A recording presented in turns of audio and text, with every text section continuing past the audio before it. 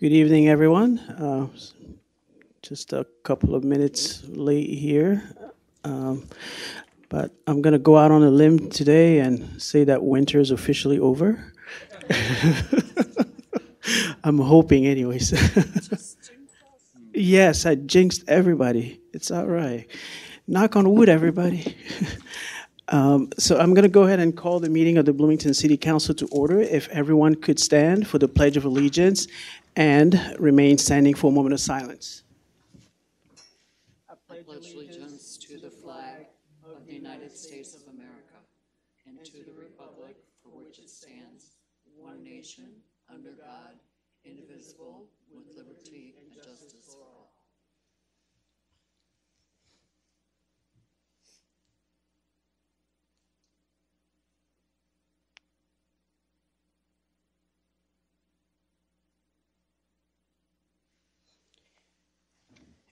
Okay, thank you. Madam Clerk, could you please call the roll? Councilmember Walsh. Here. Councilmember Bolin. Here. Councilmember Motney. Here. Councilmember Ime. Present. Councilmember Becker. Here. Councilmember Urban. Here. Councilmember Ward. Here. Councilmember Crable. Present. Councilmember Crumpler. Here. Mayor Millawamboy. Here. Madam Clerk, do we have any public comment? We do. We received one emailed public comment, and that was provided to council earlier today. That was from Dana Burns. And then we've got a handful of people for this evening.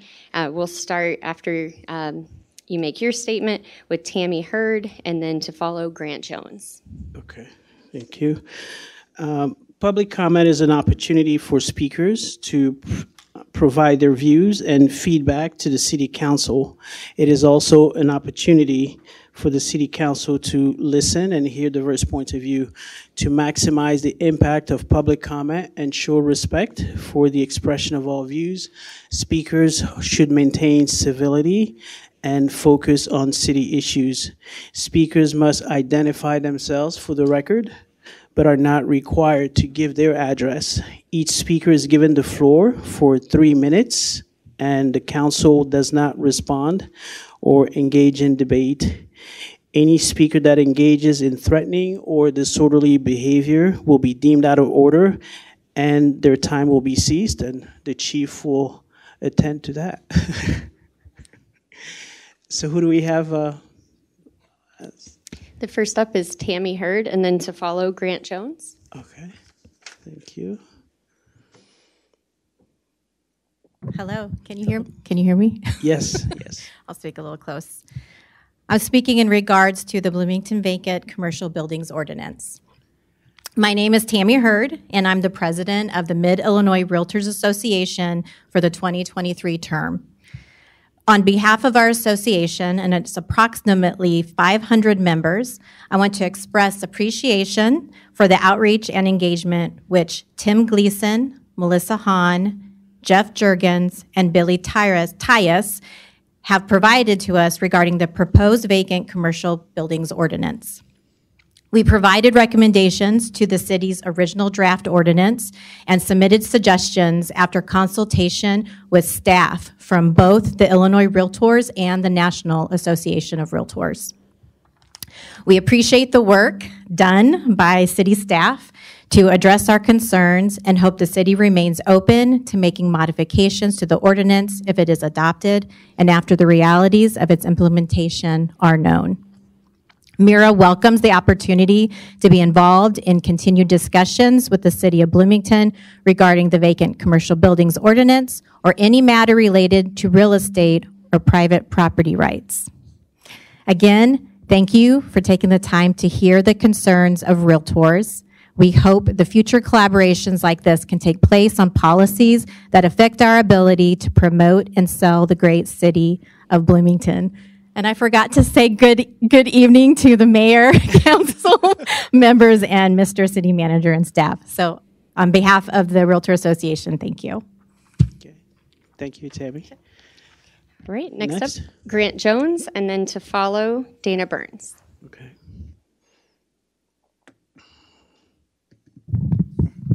Hi, City Council. My name is Grant Jones. I'm with Midwest Electronics Gaming. I'm in business development, and I live in Old Farm Lakes Gardens here in town. One thing I want to talk to you guys about tonight is on consent agenda item L, and that is regarding video gaming license requirements and notifications to the city.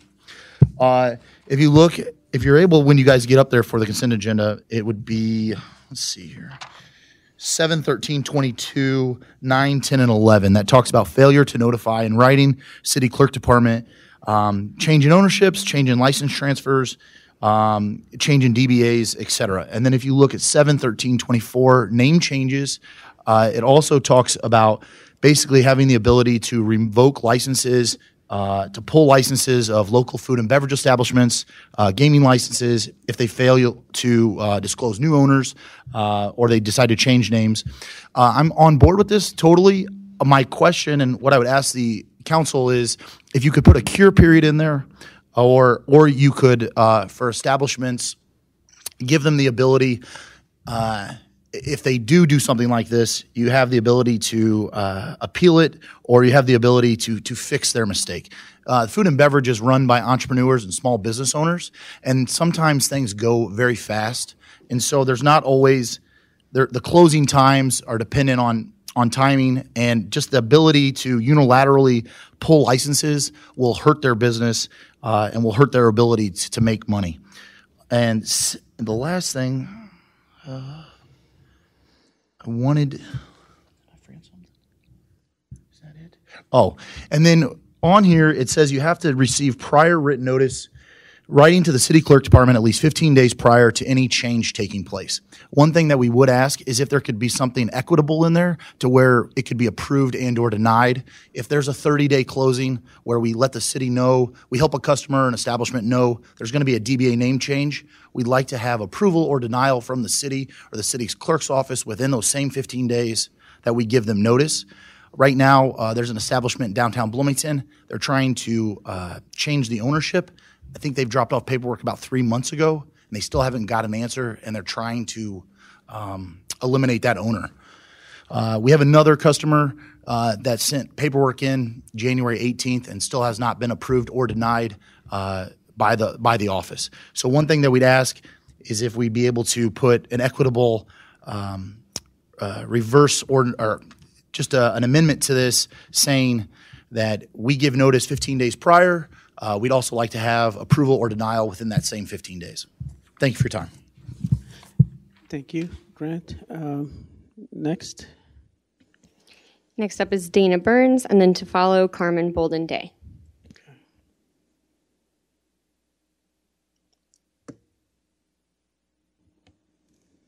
All right. Dana? No? No Dana? No? Okay. Carmen Bolden Day. Okay. To follow will be Scott Steimling, and then next up would be Gary Lambert. Okay.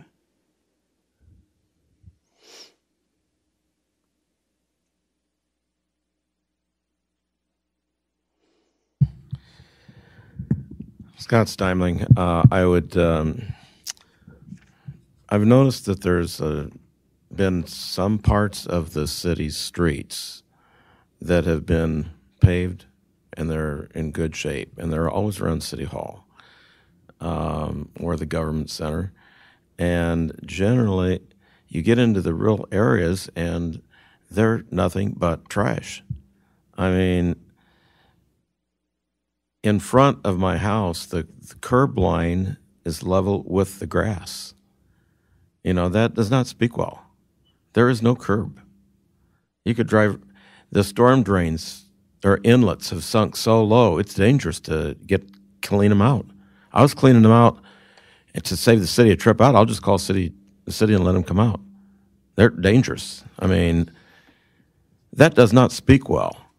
If the streets would have been addressed every few years, we would not be in this problem today. But they weren't. And it's almost like they got all kinds of money to do everything else, but they don't have money to keep the infrastructure up. And the infrastructure goes bad, people leave the city. They leave the city, that's not good for business. Thank you very much. Thank you, Scott. Next. Next up is Gary Lambert, and then to follow Jacqueline Beyer. Good evening. I am Gary Lambert.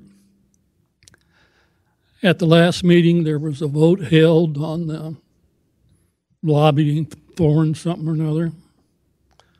And I'd like to personally thank the 5 members that voted against that. There were some questions raised by those wanting to pass it. One was that what we're doing is just getting our dollars back. I would suggest to you that every dollar that we receive is not tax dollars. What it is increased spending, increased inflation. Not a single dollar that they're putting out is paid by current tax. It's by increasing the money supply. And you're seeing the results of it today with all the free money that was given out in the last 2 years, giving you the inflation that we have today. Mr. Tyus said, if I remember right, that really had nothing to do with money. There were other benefits or something to that effect. Now, when I look at tonight's agenda, it's about nothing but money. That's all I see there. So I think it's pretty clear what the intent is. Another council member said, well, that's just the way things are done today. Well, until somebody says no, where's it going to stop? I'm not sure how this got put back on the schedule. I thought there was a procedure where somebody would bring it to the council and then there'd be a vote on bringing it back, but maybe there's something different there. The last time I can remember a revote regarding a grant was back in November of 14.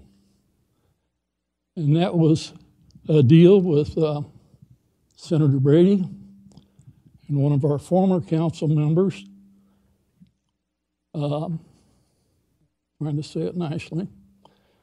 There was it was passed originally by a pretty good margin. Then it became public knowledge that there was some potential for some backroom dealings there. Thanks, Ma'am Boca, you did vote against that. I would just say I'm out of time, but I hope there's nothing going on along those lines this time. Thank you. Okay. Thank you, Gary. All right. Last up is Jacqueline Byer.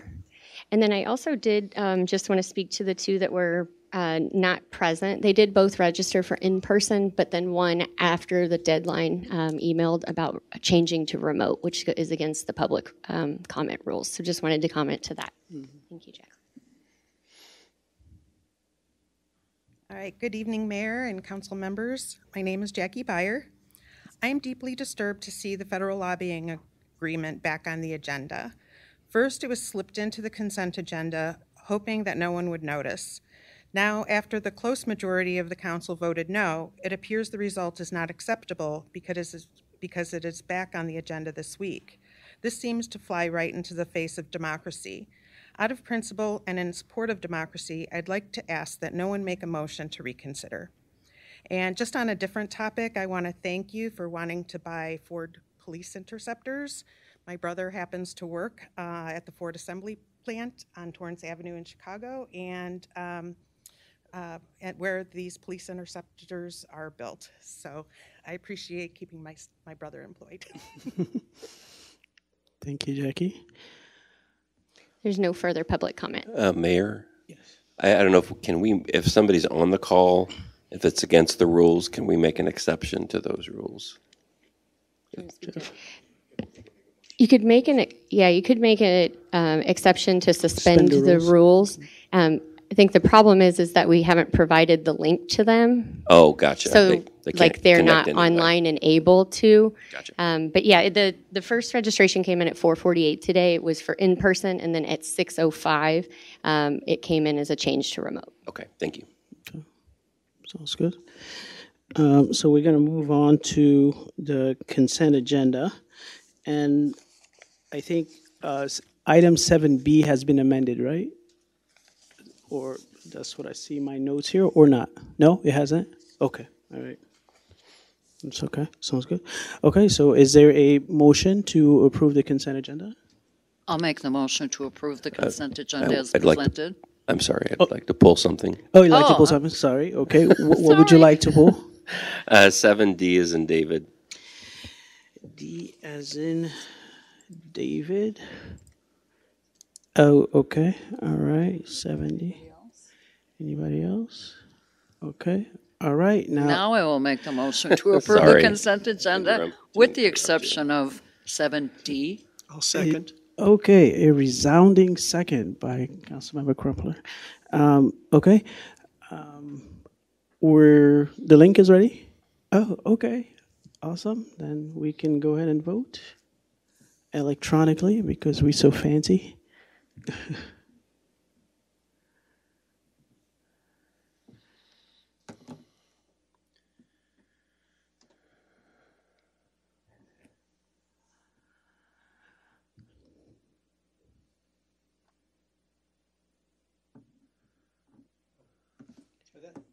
I didn't mean to vote against that.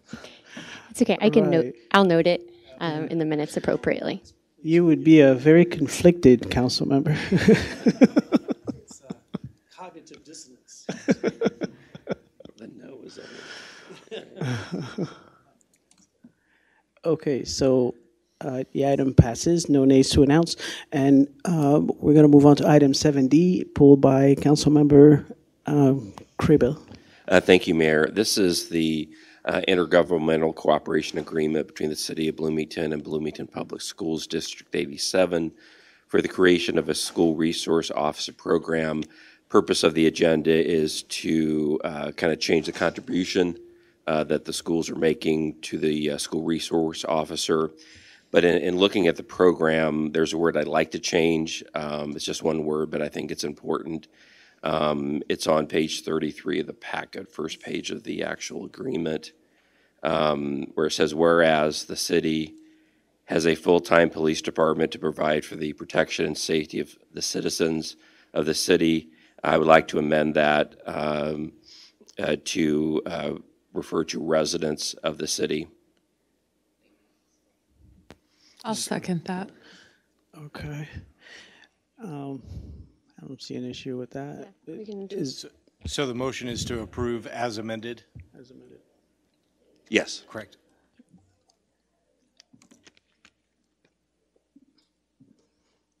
So residents instead of citizens, right? Okay. All right. Any discussion? No? Okay. Do we have a link? Okay. So if you could please vote.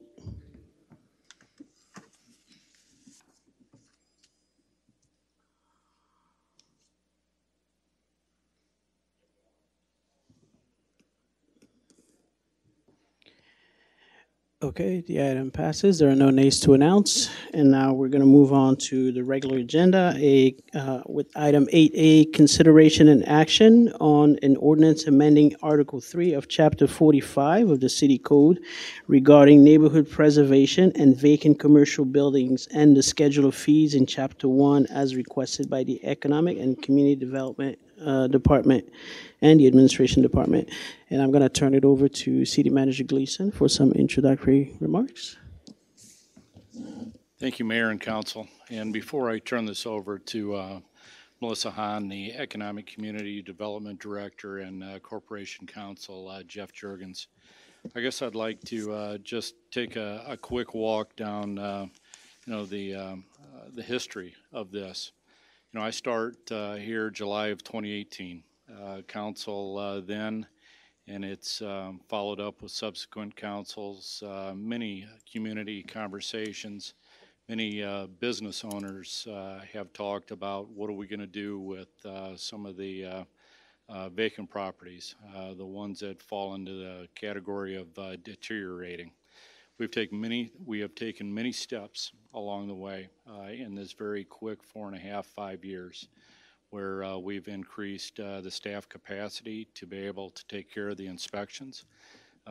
This is something that Jeff Juergens, early on, fall of 2018, I asked him to start exploring, making this possible, because this is not found in too many communities. And if passed tonight, I truly believe that this is going to become a template for other communities. We heard a spokesperson at public comment this evening, Tammy, working with her and Christy Ingerman. Tammy, your team here locally, Christy at the state level, very much, you stole what I was going to say in return. Very much appreciate the collaboration and the partnership on this. While we very much respect the rights of private property owners, this is just an inspection piece where we need to also protect the taxpayers of the community for properties that are falling into a state of disrepair. Also need to keep in mind what the realtors go through in trying to market some of these properties. Not that all are on the for sale listings, but also need to take that into consideration. So very much appreciate the collaboration, and I'm going to turn this over. I think, Melissa, I'm going to go to you first, and then Jeff. Thank you. Thank you, and good evening, Mayor, Council, and City Manager.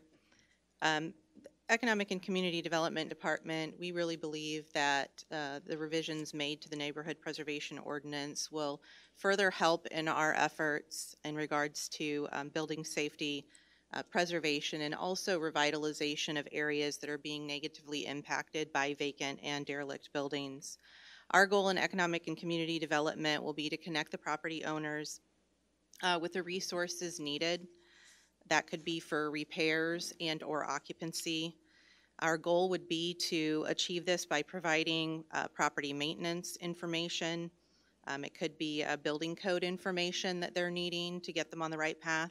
It could be to help them achieve preservation and occupancy of their building by getting them scheduled to meet with our project review group or connecting them with resources at the Small Business Development Center at IWU. It may also be achieved by helping them to list their property in our database, which is located on the city's website.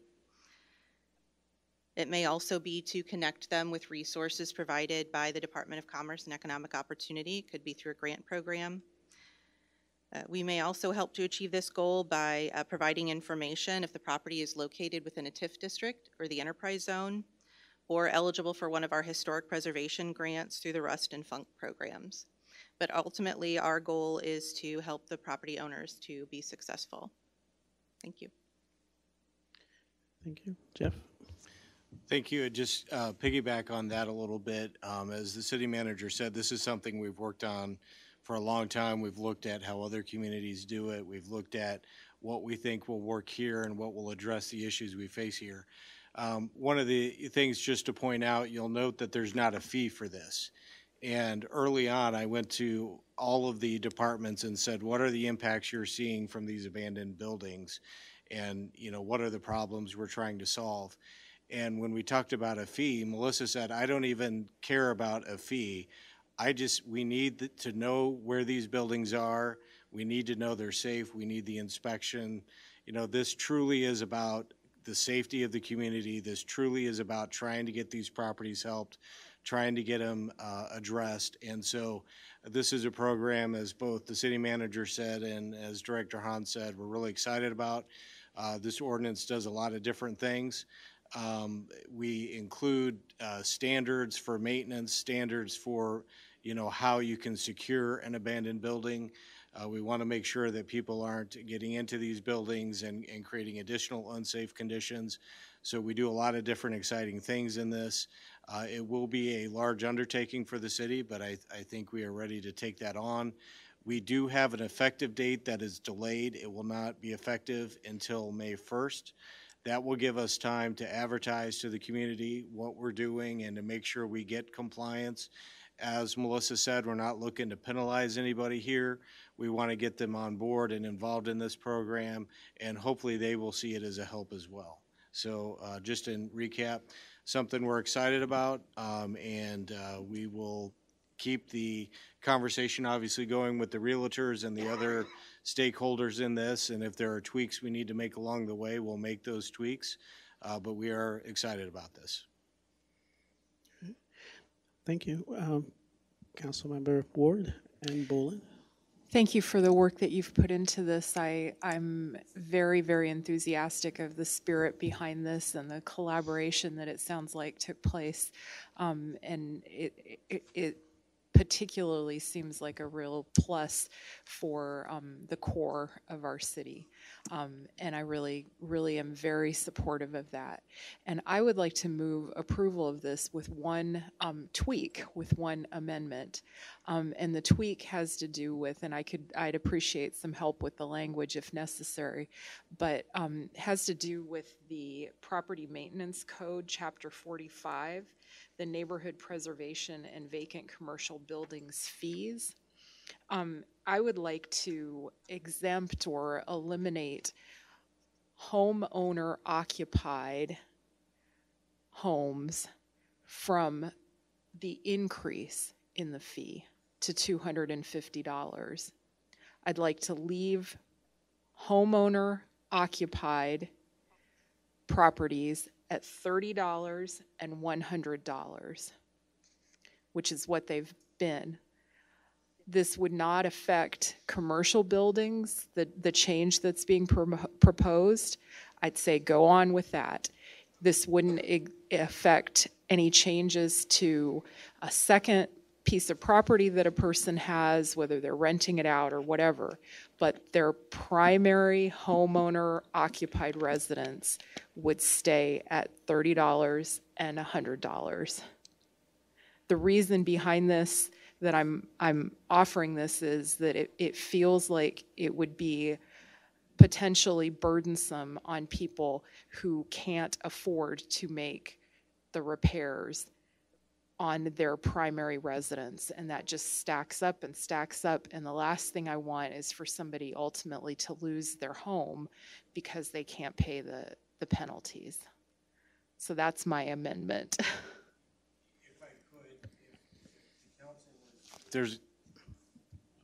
All right.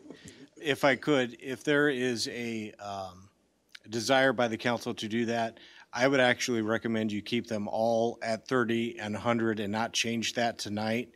We can then go back and look at the legality of charging, one class those higher fees and the other lower fees. We could certainly come back and address that at a future date. It's kind of just while we were fixing some of this, that was one of the things we were going to fix, because the fees as they currently are not necessarily covering some of our expenses for that program. So my recommendation would be to make your motion to amend to just keep those all together at 30 and 100, and we can come back. I would certainly go for that. Is there a second? I will second. I'll second.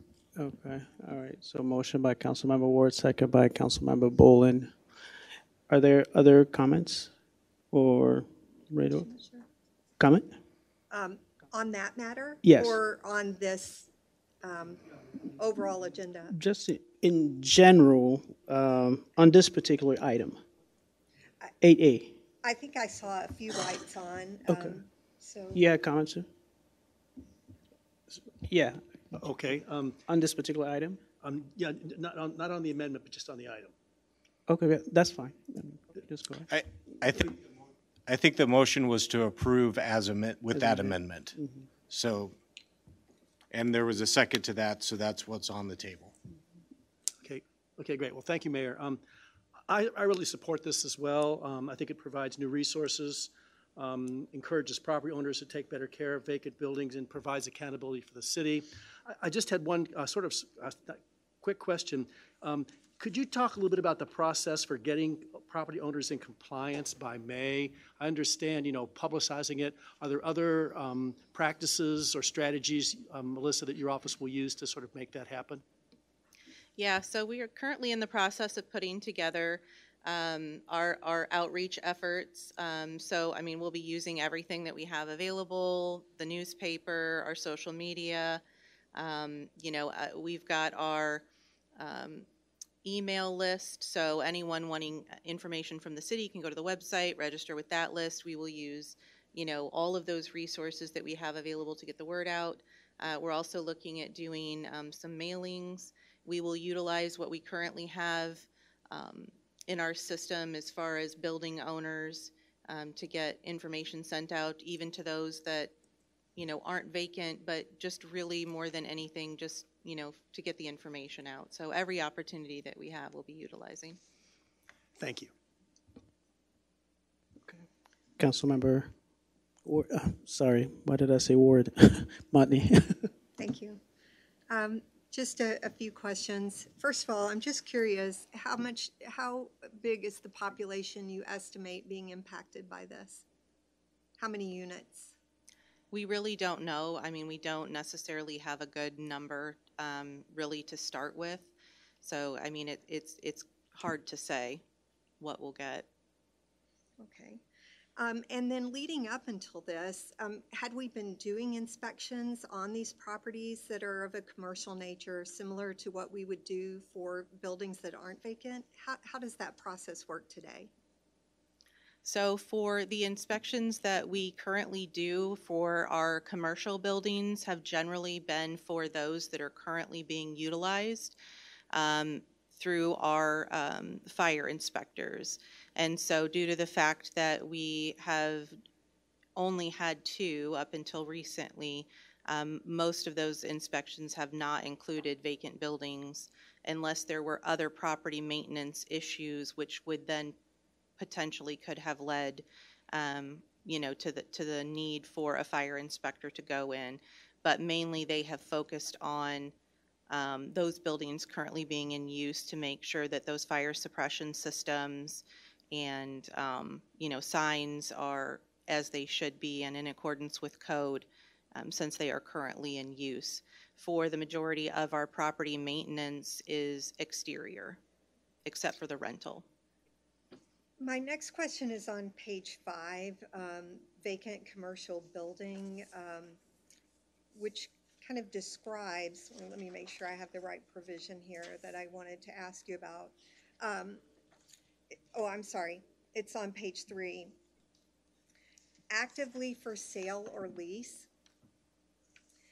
As I read through this section, and this is the section where we are talking about as a community imposing a parameter for which a private property owner might list their building, and if they do not list the building with what the assessor says it should be 25% of that number, then we could potentially require these property owners to then have to go incur cost of getting an appraisal to rationalize what market price they're going to put on a piece of property for sale.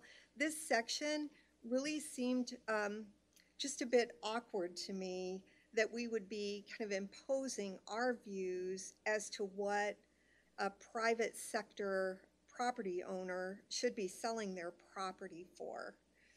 So I'd like to hear a little bit more about the thought process in that area and the pros and cons as you all evaluated this particular section.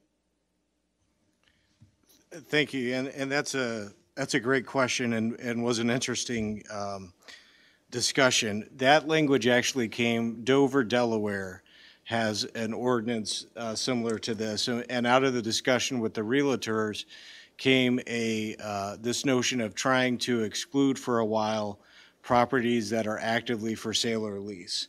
And we agreed, we thought that was probably a wise thing to do. And so we looked at the number of days that a commercial property is typically on the market in Bloomington, and I think it's maybe a little 220 or something like that. We went ahead and rounded up because some obviously take longer, and we put it as a year.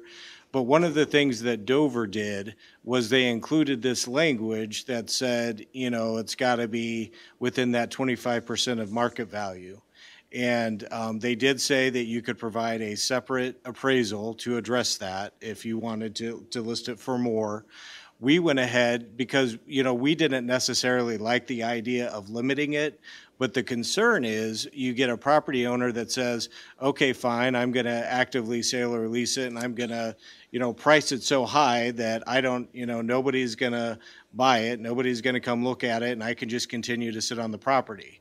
So we tried to balance the idea of trying to address that situation with giving some flexibility to it. In addition to what Dover did, the city manager actually came up with this, and he said, why don't you also add a provision that they can basically appeal to him and say, I want to list it for above this rate, and here are my reasons why I think it's worth more, and then they get a certain amount of time to try that. So we added that in there. That's not in the Dover, Delaware ordinance. If for some reason they truly think it's worth a lot more money, then there's no fee for it. All they have to do is register the property and make sure it's in compliance with the minimum standards, and they'd have to do that anyway. So that was something we thought long and hard about, and it seems, I would say at first blush, a little difficult putting that in there, but that's the rationale for it, and that's how we try to account for, a lack of a better way of saying it, being a little uncomfortable with putting a provision like that in there. So, just thinking, obviously this is kind of new information, hearing your context, so thank you very much for sharing that. It almost sounds like we're assuming that people would, I guess, take advantage of the system. We're kind of assuming that going in. And I'm just thinking about, looking at real estate transfers here in the weekly newspaper and just seeing properties that are selling even in the residential market for, 30, 40, even 50% higher than what that property might have just been sold for within, just, 2 or 3 short years ago. It just seems like we're really interfering, and even in the event there is some type of, bad actor behavior, for lack of a better word, perhaps we could revisit that section at some point in the future. It just seems like for me to get comfortable with that section would require, a really broader understanding beyond another community on the East Coast having a similar provision. So I would amend Molly's motion, which I happen to agree with, to also exclude this 25% over the market rate as a restriction that we would place on these building owners. As a result, they're going to have to incur costs just to explain to us why they want to sell their property for more than what our own assessor might think it's worth. And I just don't think that's our role. Okay, before we go any further, I think we need more time, correct? Okay, so would there be a motion? I'd like to make a motion that we extend for 10 minutes. Okay, is there a second? Okay, second by Councilmember Emig. Voice vote. Thank you. Councilmember Walsh? Yes. Councilmember Bullen? Yes. Councilmember Motney? Yes. Councilmember Emig? Yes. Councilmember Becker? Yes. Councilmember Urban? Yes. Councilmember Ward? Aye. Councilmember Crable? Yes. Councilmember Crumpler? Yes. Excuse me. Yes. Okay. Do you want to go ahead and respond, Jeff? I know personally I get uncomfortable when we start to just do a lot of stuff on the floor. Yeah. So we've got a motion to approve as amended already that's been made and seconded. Now we've got a motion to amend that further to strike this language from the actively for sale or lease. Mm-hmm. So if that gets a second, then we would vote on the motion to amend. Can we discuss that before we get a second on that? Sure. To move through on that? Yeah. And the reason why I would question the need to pull that is the part that they put in there that a property owner can file and say, hey, city manager, I want to try this for 90 days. And if the property really truly is worth that level, I would hope that in 90 days they could turn around and get that sale. And then after that, then in reality, a business owner, yes, should probably be going and getting an assessment.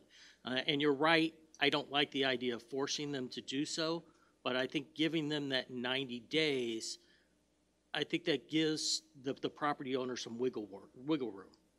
So Okay, I believe can the you- actual can you average. give me a second here? I know we have a couple people. I just want to mention that as well, that we only have 10 minutes right now, but I'll give you a chance to answer.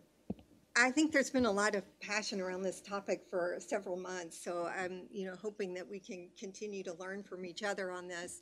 I believe the actual average number of days that a commercial property is on the market before it turns is about 260 to 270. And if that's the average, then of course, understanding, you've got half of those, are exceeding that. So a 90-day period, I don't think is enough, to say that we would weed it out at that point. There are not necessarily people standing in line for certain commercial properties in the same manner they have been here locally for residential properties. So I do believe that we are requiring that owner to then obtain appraisal, which would be very costly. And so I guess I'm just saying, if the reason we're doing this is because we fear someone may try to behave inappropriately, might we just revisit that and amend that at some point in the future if that type of behavior manifests itself? Okay. I know we have a couple here who haven't spoken. Councilmember Boland, and then. Oh, me not? Yeah, go ahead. Cribble. Well, I appreciate all the comments that have been made, and I certainly am very supportive of private property rights, and I don't want to put a burden on people that are trying to sell their homes. But I have to defer to the realtors that are here in the audience. They have been very much involved in this process. They are experts on what it takes to sell commercial property and how long, what's involved. And I do know that the city has a history of certain property owners that have done exactly what we are trying to address here. So I will be voting in favor of this with Molly's amendment, and hopefully we can come back at a later date to tweak, as was what was recommended. So thank you. Okay. Councilmember Cribble? No comment unless there's a second. Okay. I do have one further question, just for staff. Was there a meeting of the minds on this particular aspect of the proposed ordinance with the realty community? Do you want to address?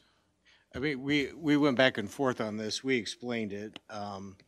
They had originally pointed us to the Dover, Delaware ordinance, and that on that specific section, they raised concern, and that's when the city manager came up with, why don't we go ahead and add another level of protection there?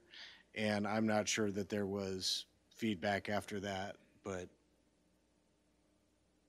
so.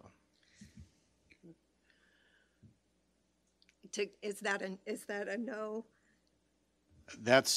Is that a no as to what? That there was not mutual agreement that the realtors who participated in the discussions were in favor of this provision? Originally, they were concerned about it. We added the additional protection. We explained why we had it in there. And to be honest, I do not believe they came back and said we still have it. I know there was no outstanding concerns as far as I'm aware of. And I do not recall them certainly coming back and saying after we explained it and added that provision that they raised an additional concern about it. Thank you. Good. What if we, instead of pulling the whole thing, instead of 90 days, amended to 180 days. What would you think about that, Sheila? Well, I mean, I think that would be an improvement, you know, Yeah, especially in light of the fact that this, what? No, we're talking about this motion right now. But I would just tell you in general, my view is that, you know, this is an agreement that has been worked on for a very long time, for 4 years. There has been feedback from the realtor community, and there is opportunity, as was stated earlier, to tweak it, you know, down the line. So I think, you know, that would be my recommendation, that, you know, we vote on this as amended earlier, and then if, you know, we find out that it doesn't work very well, then we can do that. I get very uncomfortable when we start to do things on the floor and wanting to change things that have been worked on for a very long time. It gets very difficult, and I think generally it's preferable to table it if we're going to do amendment and amendment after amendment. That's just my view. So there was a motion on the table to amend the amended motion, right? Yeah, so if there's no second to Councilmember Motney's, then we would just return back. And we had Councilmember Ward and Bolin, correct. So is there a second to Councilmember Motney's? I'll second Councilmember. Second, okay. So take a vote on that. Are we doing that online? Or? Yeah. Oh, So now, yeah, and now I have my question. Are we voting on each amendment separately? this one first. So, no, You're not so. on. You're not on. I know. There's Too many people with, all right, there we go.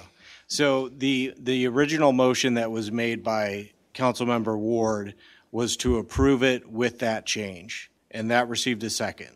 So that's the underlying motion. Gotcha. Okay. Now, and so that will be the only thing that needs to be voted on.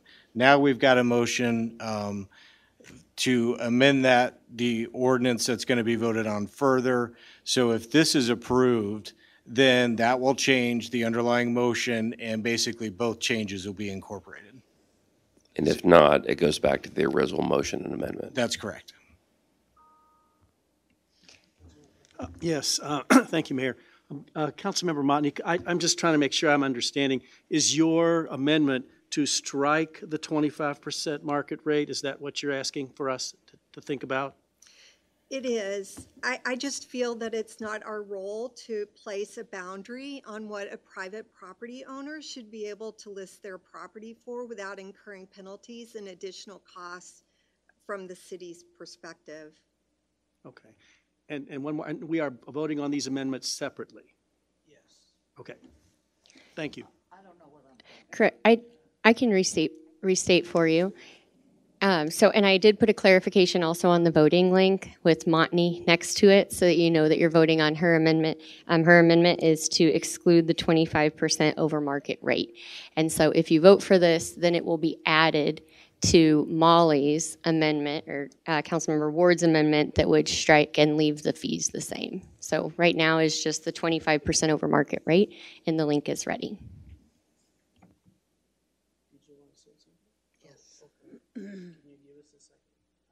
Because you haven't spoken yet, so I'll give you a chance to say something. Thank Go you, ahead. Mayor. So I'm not going to be supporting this amendment presented by Alderman Motney. And the reason that I'm not is because that I am quite aware of multiple vacant commercial buildings that are in Ward 6 and in the downtown area. And these are buildings that have sat vacant for a very long time. And these owners would absolutely take these properties and put them for sale for $8 million when they're only worth $100,000. And by eliminating this, we're actually giving them permission to do that. If in fact those buildings are of the value that they want to sell them, I think that our city manager is more than qualified to assist them and get the realtors on board to assist them in establishing those fair market values. I think that this thing that we're presenting here and asking them to keep within 25% of the market value is fair. And there are means built in here for exceptions, and so I won't be supporting this because I feel like this is already established and ready to go as it is. I will be supporting the amendment from Councilmember and Alderman Ward, as that I would agree that homeowners would need a little bit better care over what they're doing and trying to fix their homes. Thank you. Because we're time it passed. So you're voting on the second amendment to exclude the 25% market rate.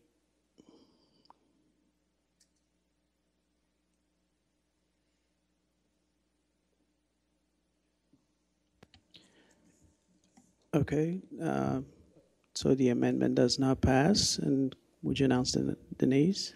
Councilmember Urban, Councilmember Bolin, Councilmember Crable, Councilmember Emig, Councilmember Ward, Councilmember Becker, Councilmember Crumpler. Okay, sounds good. So now we are going back to the original, right? The underlying motion. The original motion to approve With the with the change that was mentioned. Okay. Mr. Mayor, I have one quick question. We ran way over our 10 minutes. Man. One very short. Very, very short. Okay, thank you. I heard the words with this to go through this significant effort to staff. And when I hear significant effort to staff, I hear time. And when I hear staff time, I hear dollars. So how much additional time and significant effort are we talking about for staff that may impact city budget? I would say at this point it's going to be hard for us to calculate because we don't really know yet how many buildings we're going to get. Okay, thank you. Okay, thank you. Let's move on to the link and vote.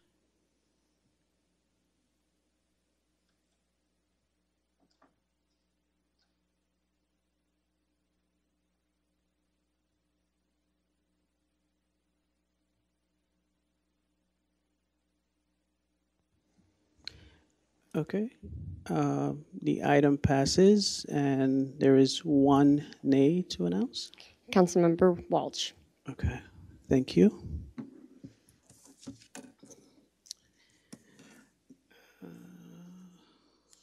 Let's see.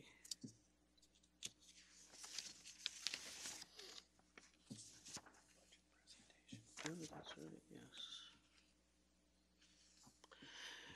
Okay, we're going to move on to items 7B with our star finance director. A presentation of the FY 2024 budget preview as requested by the finance department. And I am going to turn it over to City Manager Gleason for some introductory comments. Thank you, Mayor. Very brief. This is the budget preview for FY24 for the community's sake. We're following a process that's been laid out. Our fiscal year is May 1 to April 30, and we're working towards a targeted first council meeting in April as the approval date. But we do have until the second meeting if necessary. I know that Scott Rathbun, our finance director, and his finance team, along with all the departments, have put a fair amount of work into this. Hopefully, the elected officials feel adequately prepped for the conversation tonight. Scott. Thank you, City Manager, Mayor, Council. Before we start the presentation, just a couple of comments along those lines about the involvement of the staff and kind of like the approach we take from the finance department. I mean, it's really a year-round recurring theme, to the department heads from finance, specifically the budget manager, is for the department heads to be good stewards of the taxpayers' money. So monthly budget meetings with those department heads, reviewing variances, discussing what's going on in those departments, issues they're encountering. But I almost hesitate to say this, but it's just really also presenting there's eyes on by the finance department, external to the department, and just going over that recurring theme of being good stewards of the taxpayers' dollars. The departments, we task them with populating their budgets for the year. It's kind of like a starting from scratch every year. They populate what we refer to as a 4-year average worksheet. It has 4 years of actuals by account. We have over 4,000 accounts within the citywide budget. They have to document material variances from the prior or from the 4-year average. Then finance compile those. We load them into the system. We can run reports, look for those major variances. Anything that pops out, we can refer to those 4-year average worksheets, have further communications and reviews with the departments and discuss those variances and get the background. We take those out 5 years in some instances like the enterprise funds, make sure that the fund balances, the reserves aren't depleted with what they're presenting to us. And then we have discussions with administration, making sure that we're including any initiatives that have come forward from council, like more money for roads and things of that nature. And then we balance the budget and start putting together, and then we present and communicate to the council and the community. So tonight is the first of these presentations, first of many. We'll probably be, heading a budget discussion every council meeting, committee of the whole, through the approval in April. While still it's early in the cycle, the budget is balanced. So I'm excited about this preview. And like other municipalities, like Normal, for instance, we've had revenues very high during this fiscal year. Cover that in the monthly reports, and we're expecting those trends to stay somewhat elevated into the coming fiscal year. So we are building some increases into those revenue projections into next year, but we're taking a balanced approach. But we're also taking an opportunity to address some deferred infrastructure, put more money to roads, and put the taxpayer dollars to use with capital projects, which you're going to see very significant increase over the prior year. So, having said that, we are looking at a larger budget this year, but we'll be explaining that at a high level tonight, and then further meetings to come, getting into more details. So next slide, please. Here we go. So this year's citywide budget, $290 million. As you can see in parentheses, that's up $21 million, but I'll direct your attention to the capital projects line. 69.7, I'll call it $70 million. That's an increase of nearly $13 million over the prior year. So of the $21 million increase in the citywide budget, $13 million is accounted for via those capital projects. That leaves a little over $8 million in variances. And there's a couple of anomalies, I'll call them.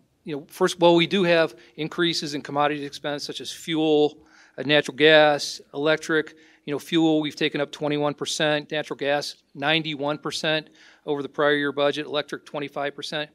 But with the library is getting its state grant. We discussed this during their project, over a year ago. That's going to hit in fiscal 24, so that's going to be revenue coming in. And from a budgetary standpoint, our process is to show a balanced budget. So what that means is if you have a surplus in a fund, we show that as a contribution to reserves, so it shows as an expense item within a budget.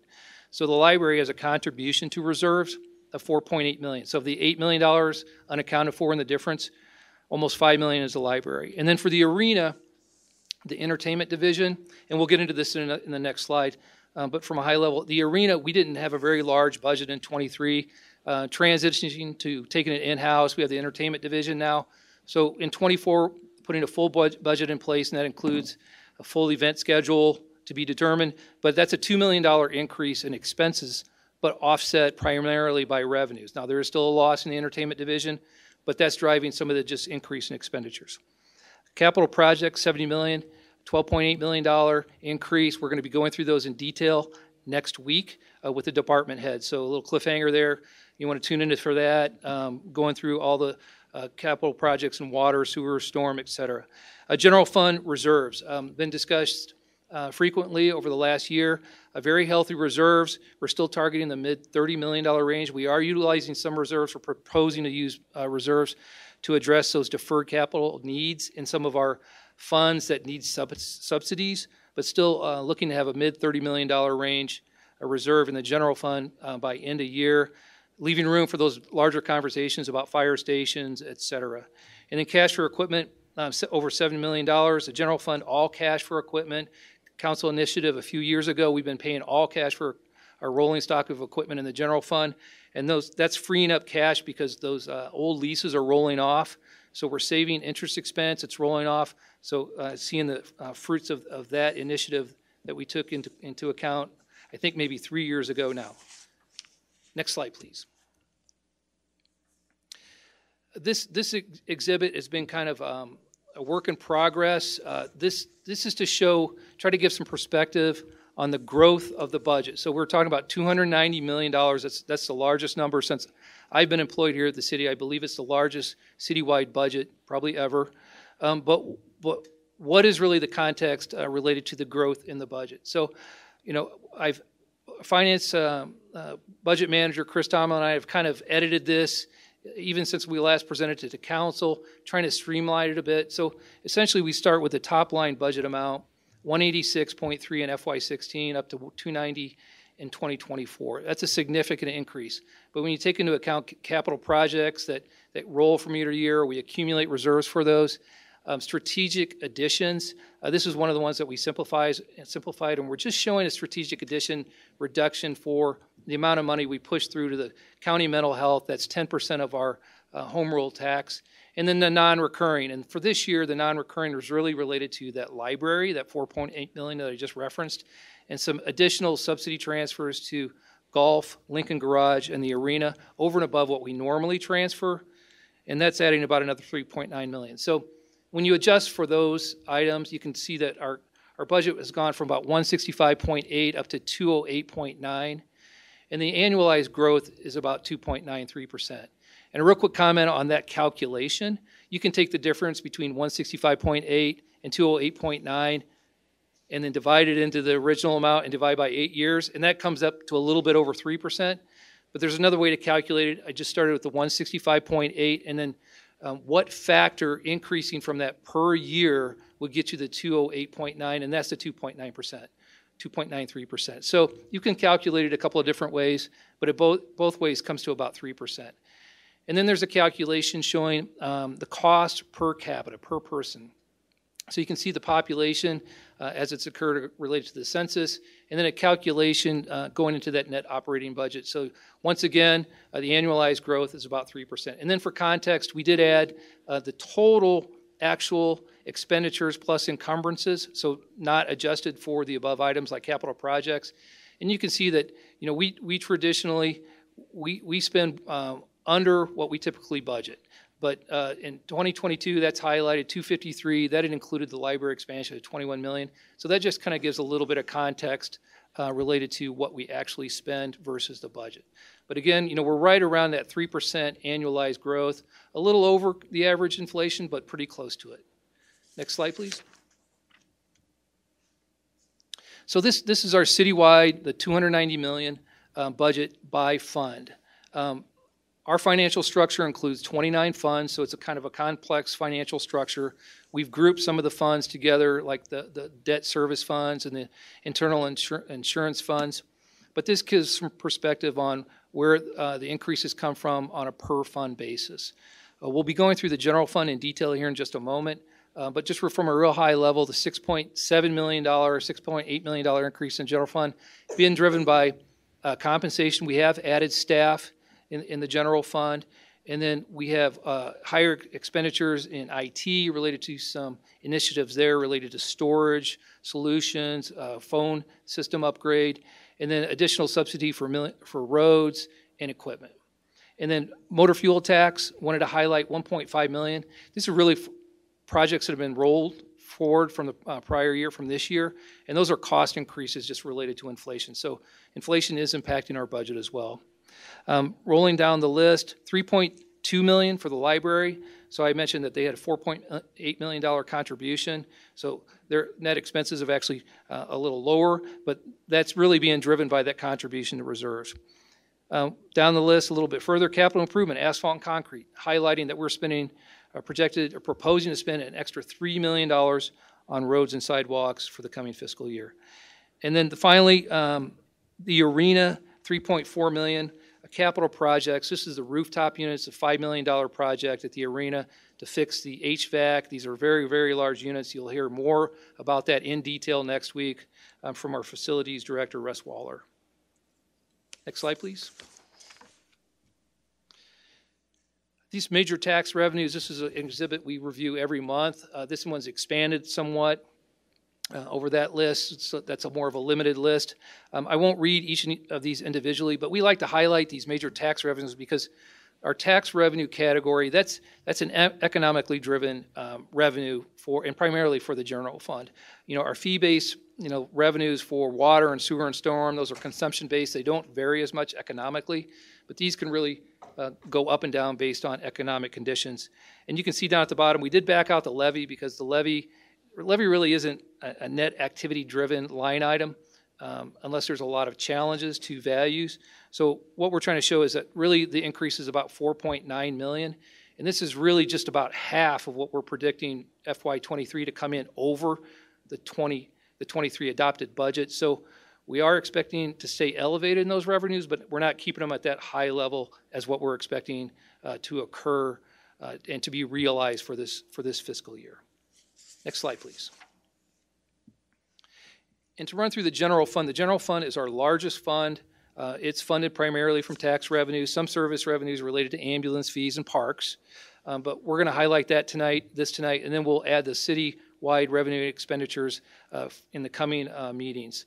So use of fund balance has gone up $630,000, primarily driven by subsidies I'd mentioned for the arena, Lincoln Garage, golf, and streets and sidewalks. For some of these other funds like golf, Lincoln Garage, they cannot support themselves as far as capital projects go. So by the general fund having additional reserves and funding those other funds, we're taking care of what we own. They're not having to borrow for those projects and saving interest expense related to that. Taxes up $7 million related to the information on the prior exhibit. Intergovernmental revenue is way down. That's because we had an ARPA, American Rescue Plan Act, a placeholder in for the current year, and that's not in as a placeholder this year. So that shows a major reduction there. Charges for services is up significantly. Ambulance fees, $3.2 million. This is the GMET program. It's been in effect for a few years now, the Ground Emergency Medical Transport. It's a federal program related to ambulance service providers realizing, getting their costs back related to Medicaid type transports. And then $1.6 million increase in investment income. Rates are way up, but we also have the investment advisors that are doing a good job for us now as well. Next slide, please. General fund expenditures. I mentioned that we have added staff, $3.6 million, almost $3.7 million related to staff additions. We've got 2 in building safety, 2 community enhancement. This was direction we heard about increasing number of inspectors for rental and building inspectors. We have added 2 in human resources as well, a recruiter and a workforce development coordinator. Really related to recruiting and retention. It's commonly known the challenges that businesses, and especially in municipalities, are having hiring and keeping people. So needed to provide some resources for HR related to that. Contractuals up $3 million. We have some IT initiatives. I spoke to those. Network storage, phone system upgrades, government center repairs. We split the cost with the county related to those. They're improving the elevators and doing some other large major facility enhancements here at the government center. $1.3 million for commodities. I'd mentioned how the percentage increases for natural gas and electric and fuel. Those are taking our budgets up significantly. And plus, O'Neill has been fully budgeted to be open this year, so that's impacting our budget from prior year when the pools was closed. We only had 1 pool, so that's driving the costs up in general from that standpoint. And then other expenditures down by $3 million. This is not a complete offset to the ARPA reduction in revenues of $6 million. That's because there is an offset related to the GMET program and here related to insurance adjustments. It's the way the accounting works. Still a very net positive increase related to that GMET program. And then transfers out. This is where we see a little bit of a gross up in our budget. So we're subsidizing these other funds. We transfer out to those funds. They show revenue coming in, and then they show the expenditure in their funds. So whenever we do large transfers, it has the impact of driving our budget up. And then one quick comment about salaries and benefits. The total of $48.3 million and $12.5 million roughly, that's about 47% of our total. And not that we compare ourselves to normal all the time, but normals, what was published in the Pantograph, they're about 48% of comp and benefits, or salary and benefits to their total. So we're pretty much in line with them related to that. Next slide, please. Time. Capital projects. $70 million increase. That's, I didn't mention this, but that's about, it's 24%. I'm going to round up and call it 25% of the total citywide budget. So a significant portion of our budget is capital projects, putting those dollars to use for infrastructure, et cetera. These will be covered in detail next week at the Committee of the Whole. So as I mentioned previously, tune in for that. We'll be going through each and every project by the department heads. I think it'd be very insightful for the community to see that. But I will highlight, the asphalt and concrete, $7 million for 2023, sourcing for $10 million for 2024. And the intent is to keep that at $10 million going forward. We're using ARPA funds related to next year, but the intent is really to source it from the general fund for those additional dollars going forward for the additional $3 million. Next slide, please.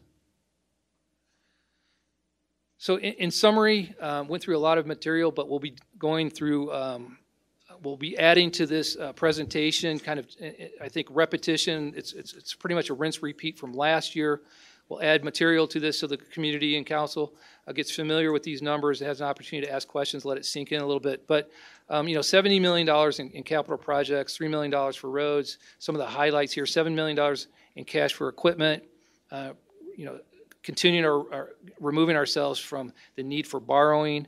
We're utilizing some of those general fund reserves to assist other funds in their maintenance needs related to deferred infrastructure and assisting them so they don't have to borrow and have to incur interest expense. So the remaining schedule can be seen here. Committee of the Whole next week, capital projects. We'll be doing another budget update on the 27th where we include the general fund by function. This is where we'll break it down into public service, public safety, parks, admin, that kind of thing. We'll do the citywide revenue and expenditures. And then the proposed budget presentation on the 13th where we do the exhibits where we show the budget dollars at work, where we show the number of police and fire calls. And I'll go ahead and say for 2022 calendar year, there was 90,000 police and fire calls that were executed during that year. And that's the budget dollars at work. So we'll be covering that slide, those slides during the proposed budget. Next slide, please. And that concludes the presentation this evening. I don't know if I went over time. Sorry. So take questions and comments.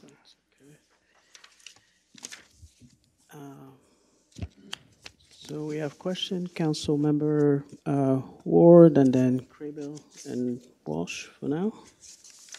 Mr. Rathbun, thank you very much for that presentation. I really appreciated you going through that, and I think it really sets the stage for a greater understanding. Two things that I really appreciated. One was your very clear explanation of why it is that the budget is so much higher since, what was it, 2016, the first slide there. And the reality is that we've been saving our money for these capital projects. And that's the significant chunk that we see there. And I really appreciate you making that so clear. And the other piece, I just wanted to hear you say this again. Did I hear correctly that 25% of the budget basically is going to infrastructure in the form of these I did capital? round up, but it's 24%, but yeah, yes. Okay, excuse me, 24%. So I'd just like to say that and underscore that, in particular for the hearing of people who would say that the city is not spending anything on infrastructure. 24% plus is going toward infrastructure. 24%. And next time we can hear more detail about that. So I would really encourage people to come and listen to that. That's a great number. Thank you. Okay. Councilmember Cribbill? Sorry, are you referring to me? Yes, yes. Oh, sorry, you were looking the other way. No, but I say Cribbill, though. Thank you. So this is was referenced in the budget documents, but maybe this is a question that can be answered in a different venue. But when we had our meetings, we talked about the city not using the IDA home accessibility program anymore, and that was reason for one of the reductions in the budget items. But would like to get some explanation for that. Doesn't have to be tonight, but I wanted to bring it up. Well, we did find out, Chris and I, that it's going to be replaced by the Home Repair and Accessibility Program. And since the dollars were not known at the time, it was just left out of the budget. Till we'll still be spending money on the same thing. That's our understanding. Gotcha. Okay, thank you. Next point I wanted to make, I thought Molly made a lot of good points. Just to emphasize, a lot of the increase, we're talking about more than 12 million in capital projects and more than 3 million increase in what we're spending on asphalt road and sidewalks. You didn't discuss tonight, I don't think, but we discussed it previously, the Locust Colton project. Yeah, that's a 2023 incident. Okay. So that's why Gotcha. it wasn't included as part of tonight's presentation. Well, I think it goes to show, and I should have started saying I appreciate everything you do, Scott, and what your staff does. But I think maybe it's worth pointing out that we're going to use potential ARPA money and fund balance to save about $3.4 million in borrowing costs on that Locust Colton project. Is that an accurate statement? Yes, that is accurate. We discussed using general fund subsidies along with American Rescue Plan Act dollars, so we would not have to borrow for that particular phase of those projects. Okay. And then just another point, because we're paying cash for equipment, I noted that there was like leases rolling off that we're saving about $600,000. Is that?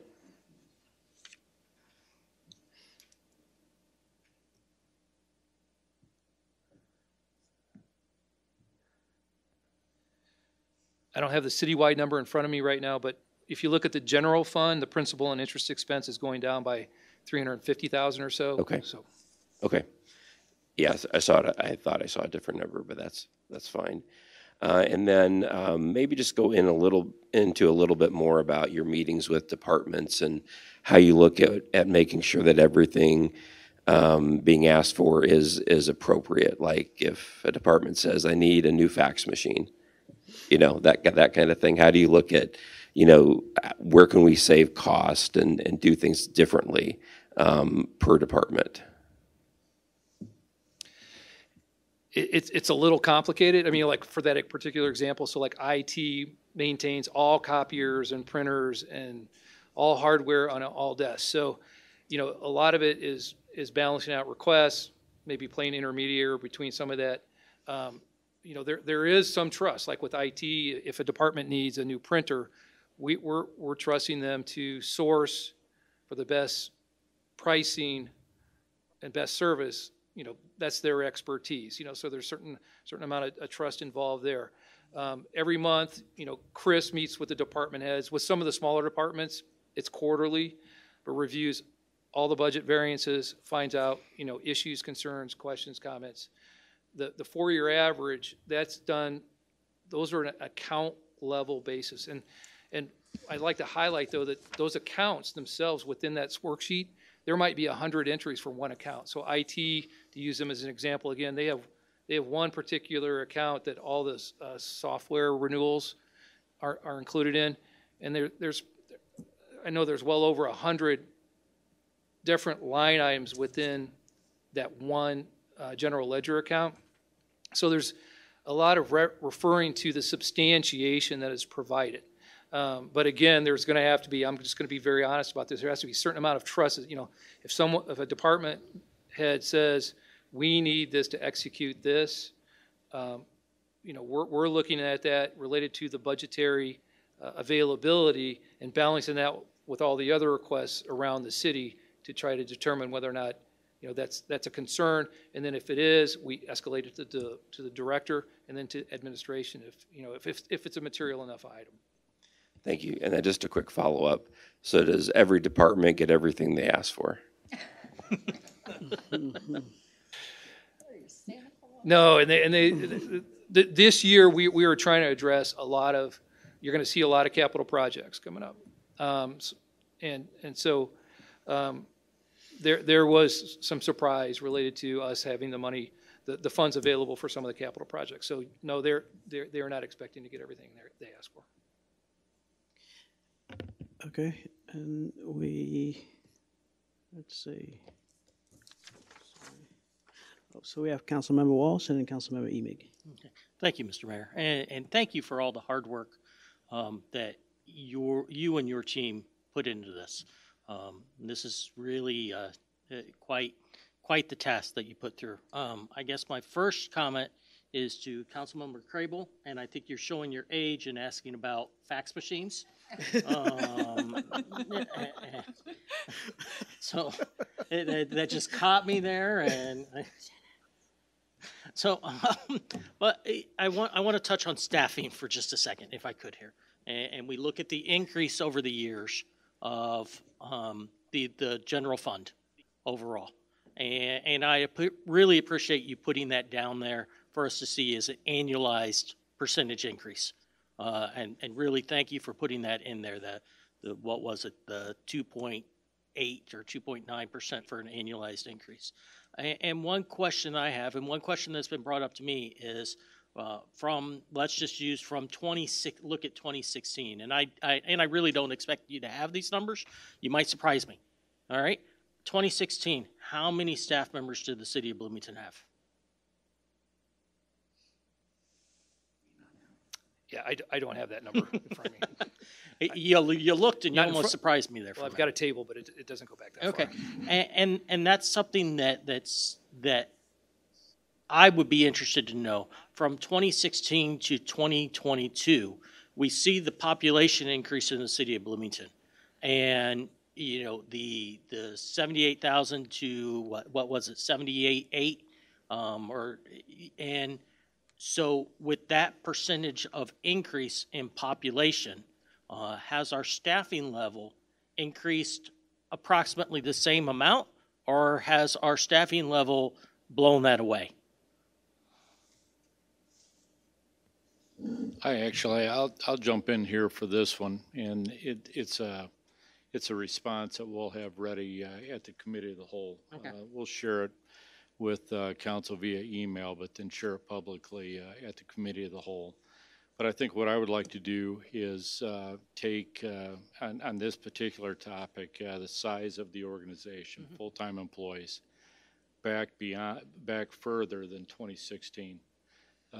Post-recession, this agency, I think, lost 100 employees, despite the growth that was occurring in the community. We've had very modest growth since 2016 forward.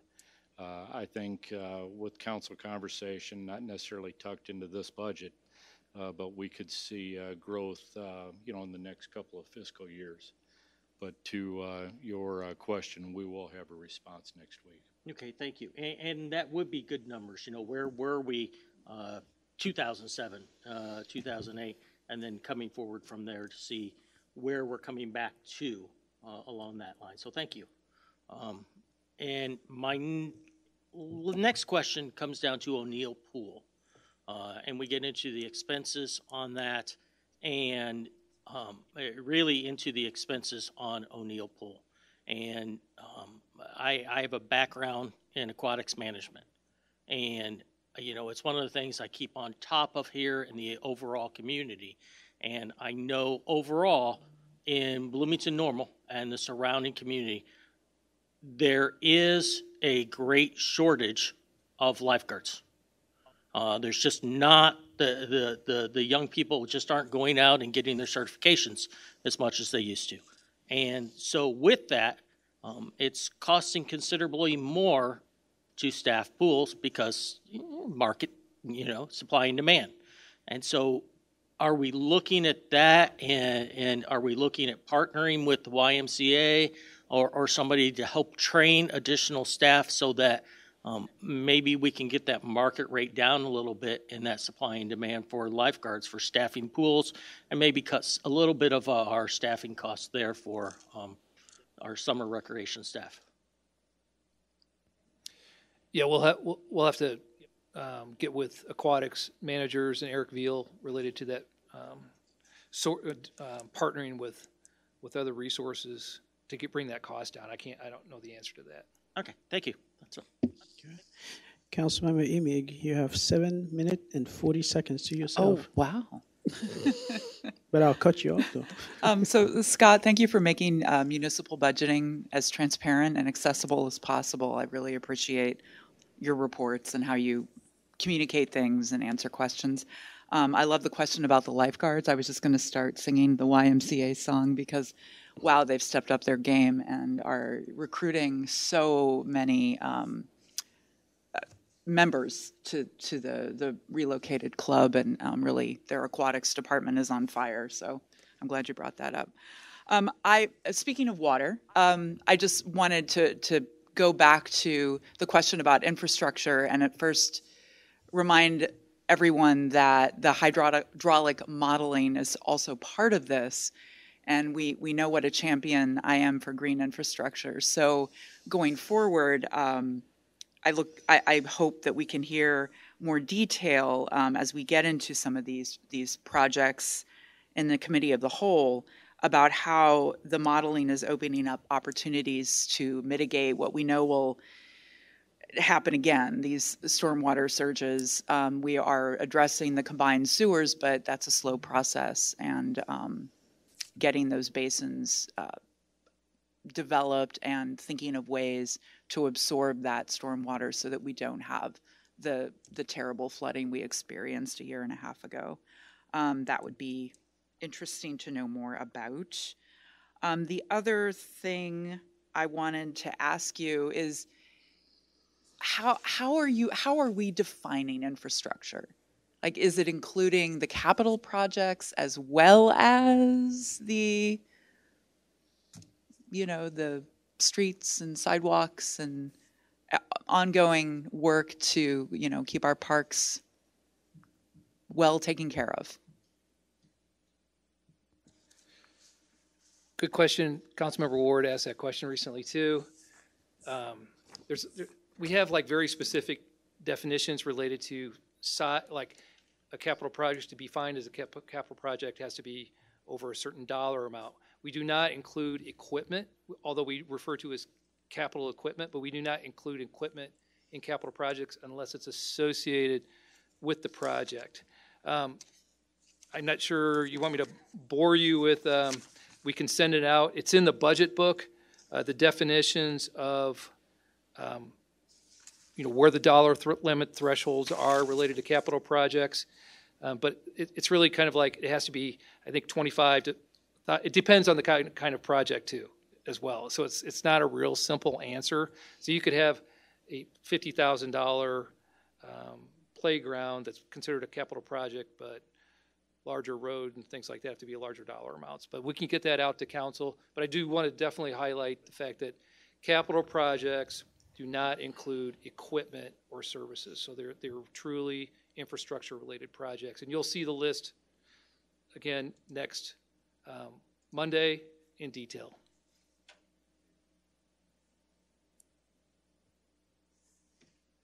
Okay, are we done? Okay. Oh, Councilmember Bolin, 4 minutes. I have 4 minutes. Correct me if I'm wrong. Kevin's over there too. My understanding of municipal infrastructure is primarily underground infrastructure, like sewers.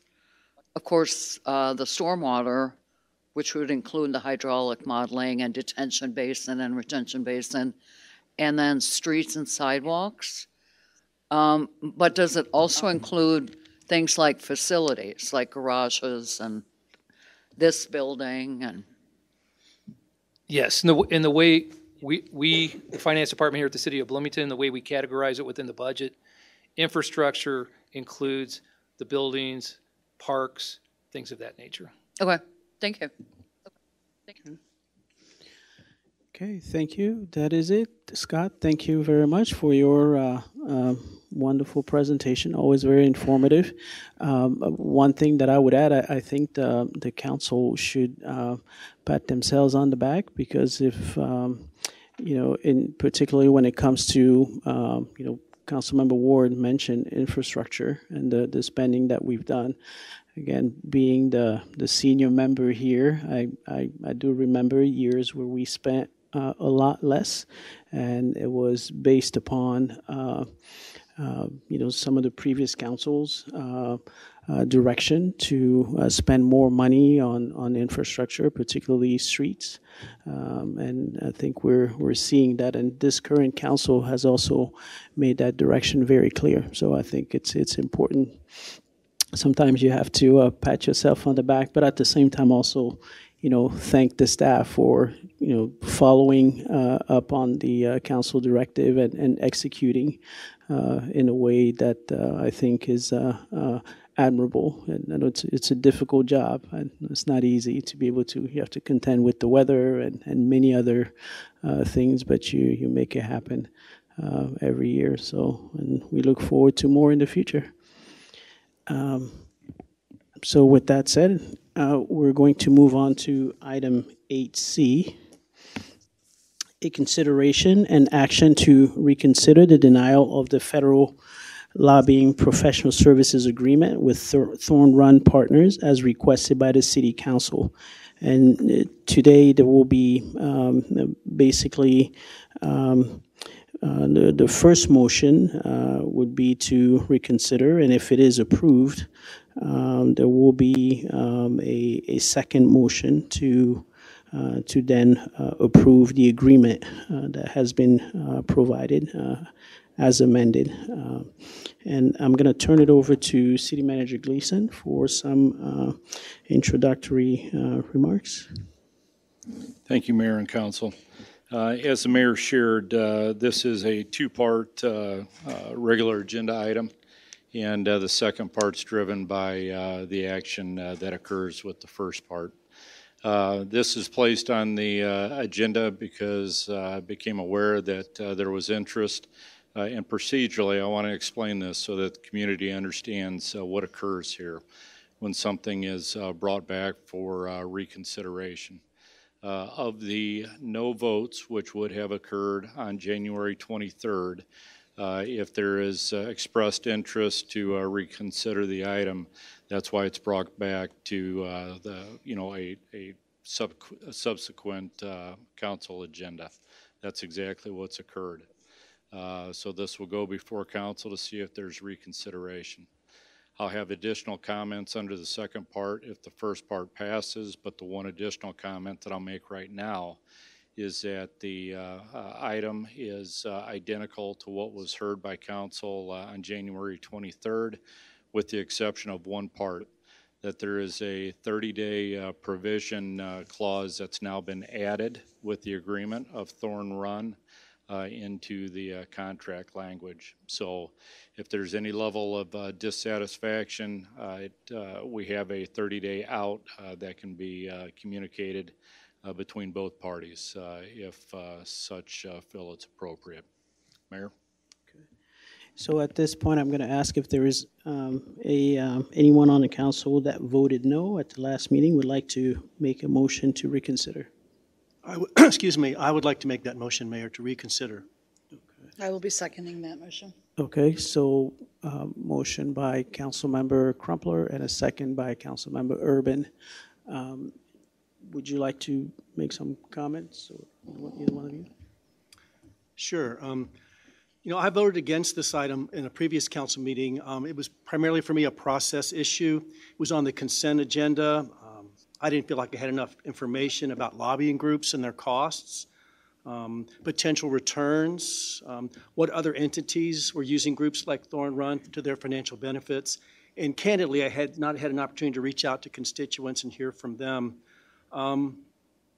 Since that time, I have had constituent support, which is very important to me. I've also learned about the level of competition for federal funding among municipalities and other agencies and potential value lobbyists can provide. I also learned about examples of success, most recently as reported in the Pantagraph Connect Transit. And then finally, as City Manager Gleason pointed out, for me, the addition of the 30-day out clause is significant, which is my understanding that if it's determined that Thorn Run Partners is not benefiting our city within that time, we can end that contract. And so with those, with that new understanding for me, I will be supporting this motion. Thank you. Okay, that's good. And Councilmember Urban? Thank you, Mayor.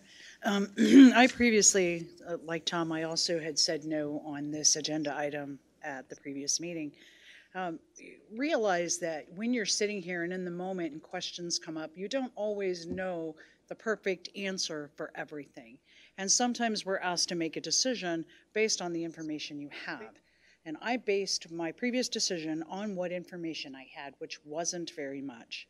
After walking away from that meeting, I had an opportunity to then do some research on my own, talk to previous council members who have sat up here on the dais, and to gather more information that was necessary to make a proper decision. Had I known back at that day that I could have asked the original motioner to table it, I would have done so, but I did not know that. So I did the only thing I knew, which would have been the best thing, and I clicked no. I can honestly say at this point that I now regret having clicked no, but now I can confidently vote yes on an agenda item here and say that I do understand what I'm saying yes for, and I do realize that this is for the benefit of everybody in the city, and it especially could benefit people on the west side, which is who I'm here to represent. I want everyone to know that there's nobody coercing me, bullying me, or convincing me to do this. This is of my own volition. I am making this decision as what all of us would call adulting. And I'm owning the fact that I might have made a mistake. And I'm correcting that by seconding the motion with Tom and being in agreement with Tom that this is something that we should pursue. And I would ask my other council members to consider supporting this agenda item and moving it forward. Thank you. Thank you. Councilmember Mahdi, your light is on. Well, I'm just trying to understand the change in circumstances, and I just have a few questions. If this is the appropriate time for those questions, I'm happy to ask them now. Or, sure. Stepping back and revisiting that discussion that we had, we were presented with a proposal on the consent agenda that included two primary factors. One was identified as advocacy, simply advocating for the city's benefit associated with proposed laws and regulations and things of that nature at the federal level. And the second piece was lobbying. And those were identified in our dialogue as two specifically different things. As I've heard conversation here in the last couple of weeks, I think the delineation between those two is important. Looking at the proposal that was before us previously and is before us this evening, there's an indication that projects would be submitted by February 28th in the House and March 31st with the Senate, and that's evidently something that we intend to do, hence why this is on the agenda right now. I'm just curious if someone could shed some light into that for me. Yeah, we have no control over the congressional timeframes. So this is actually something, we've lost a couple of weeks, to be quite honest. Since this was not approved on January 23rd, once it was indicated that there was interest to bring this back, we've been talking to Thorn Run, trying to put the city in the best position regarding this legislative year, and know that we have enough infrastructure projects, different initiatives throughout the city that they will be able to lobby and advocate on our behalf.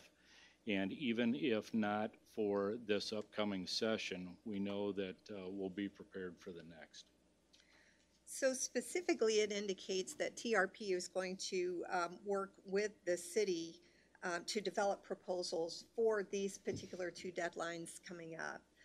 In that context, I'm setting that aside and lining it up with the One Voice trip that is planned here within the next couple of weeks as well.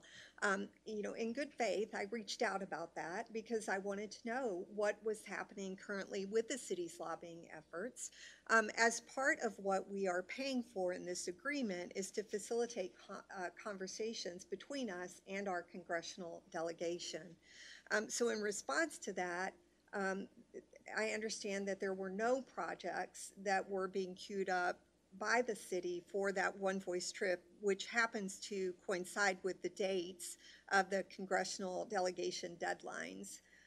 So just again, looking for clarification as to what might be in the hopper, if you will, that perhaps we're not aware of. And please, follow up if I don't respond to your question accurately. But typically, the Economic Development Corporation represents, the big three are McLean County, several governmental entities. I don't want to just comment to McLean County, Town of Normal, City of Bloomington. But I would in fact say that while there is not something that's truly a City of Bloomington project, we do have a project, but it would be connected to CERA. Sure. And the CERA project is one of three. Typically, this group does not go out and have asked more than 2 or 3 projects at one time. I would actually share that, and we've seen the success, out of Connect Transit, Town of Normal, universities that are here in the community, definitely the private companies that are represented and used successfully, lobbying firms. But this puts us in a position for us to try to seek other funding on some of the initiatives that council has. So they're not always going to be tucked into what is carried to DC by One Voice. Actually, I've done this in previous positions and hope to do the same here now that we're beyond COVID, is to have our trips, our one-offs, which is very customary for municipalities to do, where the mayor typically, along with some of the alderpersons, go out to DC and have these side conversations, but they're separate to what a chamber or what an EDC does as a collective. So in researching this, another thing that I discovered, just in searching, why would a municipality feel the need to hire a lobbying firm to interact with its own congressional delegation? And this is a point that Councilmember Walsh brought up as we discussed this before. And there's a ton of research on this. And the number one reason is when a city's political leaning, if you will, even in nonpartisanship, is at odds with its congressional delegate. In our case, we have a very unique situation in that our congressional delegation represents both political parties. I just bring that up since this agreement includes us paying Thorn Run to facilitate conversations between us and those two congressional delegates. And I'm wondering if we have reached out to meet with them first, to let them know and to be introduced to them, to share with them what our concerns are, before we are actually going to pay a third party to do that. And that truly is a great question. And I think the response is quite simply this. Of the two congressmen that represent Bloomington, the 2 U.S. senators that represent the city of Bloomington, they do not have the capacity nor the ability for outreach for all the different federal agencies that we're seeking. You know, we're not just going to Washington to see what's available. You know, I would actually say that this council has given me very specific direction on what it wants for this community. So to think that our 2 congressmen in our case and the 2 U.S. senators having the capacity to reach out to all the different federal agencies to seek that funding, I think that's unrealistic. To the question or the comment about outreach, Congressman LaHood, you know, definitely. Congressman Sorensen with the redistricting, he's the new representative. The mayor is very active with the leadership, the 4 leaders that we talk about, the chiefs of staff for both Senator Durbin and Senator Duckworth, in constant conversation with them as well about the city's initiatives. And I'm going to, you know, we're very active, but respectfully, I think it's unrealistic to think that they would have the ability to represent us in all the different areas in DC that we need to seek funding for the initiatives that council has for the community. I appreciate that. I just was referring to meeting with them specifically. So the last point that I want to make is this. I've heard, at least through rumors, that the 2 key projects that we might see the opportunity for would be downtown streetscape and also Hamilton Road. If that is the case, I'm wondering if we have considered the difference in how we might score relative to the Justice 40 rubric, which is being placed upon the scoring processes for grants. Looking at East Moline, I understand that the demographics and some other considerations there were distinctly different than ours that perhaps allowed them to qualify. And I'm just wondering if we have evaluated that to understand what our position would be on a level playing field. Definitely, and you mentioned, you know, we actually have had in the past 2 previous years a federal lobbyist. And it was not Thorn Run Partners, but we hired a federal lobbyist to advocate for our Hamilton Bund to Commerce. While 2 years ago, not this current year, but I would say in 2021, we were successful, made it to a higher level with US DOT. We learned quite a bit. It was the first time Kevin Cothe and his public works staff did an excellent job of standing up that grant proposal. We used the same lobbyist firm the second year, and if I recall correctly, each year was about $40,000 or $50,000 that we paid them for a single project that we weren't successful on. But I think to your direct question, you know, that is one of the reasons that we did not qualify the second go around and made it to an even higher level, is because of some of the demographics of the city of Bloomington. So specifically, Justice... Can you give me a quick second here, because I think we're running out of time, right? We're running out of time? Okay. Can I get a motion to maybe extend 10 minutes, no more? Because I know we have a couple of people. 10 minutes. Okay. I'll second. Okay. Voice vote? Yes. Councilmember Walsh? Aye. Councilmember Bolin? Yes. Councilmember Motney? Yes. Councilmember Emig? Yes. Councilmember Becker? Yes. Councilmember Urban? Yes. Councilmember Ward? Councilmember Grable? Yes. Councilmember Crumpler? Yes. Okay, and we have Councilmember Walsh who wants to speak, and then who else? I had another line. Bolin?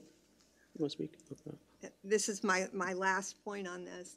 If this rubric for Justice 40 is a significant criteria for the infrastructure funding that's available from the federal government, it would seem that we would want to know up front how we're going to score on that to understand whether or not we would have a shot under that evaluation criteria before we invest a significant amount of money with a federal lobbyist. The way that this is framed, it talks about overburdened and underserved communities, and Bloomington certainly doesn't meet either of those criteria on its face. But I would think that would be something that we would want to do straight away to understand. And point taken. And, Your comments are accurate, and we definitely cannot seek something for which we would not be eligible. There are other funding sources and avenues for funding, and those would be the ones that we would seek. Okay. Councilmember Walsh. Thank you, Mr. Mayor, and I'll be quick here. One of the primary reason that I'm against this, and it's one of those things that, you know, I keep seeing reference to Normal. Look how great Normal is doing at getting grants. Normal keeps getting a grant, and there's always stipulations. Normal has to spend, you know, you get a $5 million grant, you got to spend $5 million. And then what typically happens is, oh, look, I have a coupon, I have to spend it. I have to use my coupon, so I have to go spend money. And that's exactly what has happened in Normal. Normal gets a grant, and they feel like they have to go spend the money, otherwise they lose the grant. And when you look at that, and you look at the debt burden that has been placed upon the citizens and the residents of the town of Normal, I would hate to see that happen to the residents of the city of Bloomington because we found a coupon and we have to spend it. So, thank you. I think the way that I would comment to your comment is I agree. You know, I'm not going to seek money just because I know that there's $2 billion in this fund or there's $74 million in this fund. I feel that I have got pretty clear marching orders from this council on the initiatives that you want me to pursue. And I feel strongly that in order for me to be successful, this is something that I need to be successful. Now, as we evaluate this relationship and as you hold me accountable for what I do right or what I do not do right, I understand that that is my reality as the city manager. Now, as far as the reference to the town of Normal, you know, when you look at the two communities, you know, we're the bigger community of the two. And the only reason that I bring up the town of Normal is because that's what's covered in the local media. You know, that's something that we understand what the town of Normal's doing. ISU is an example, Connect Transit, you know, some of our different governmental entities, but I really believe that there is little comparison between the two communities.